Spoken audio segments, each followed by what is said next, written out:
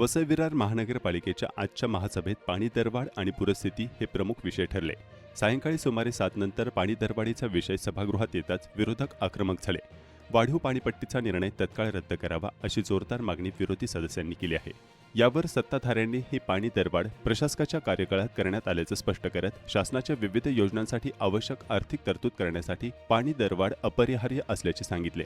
तसेच पाणी दरवाढ रद्द करायची असल्यास त्याबाबतचा ठराव राज्य सरकारकडे पाठवून अंतिम निर्णय घ्यावा अशी भूमिका मांडली।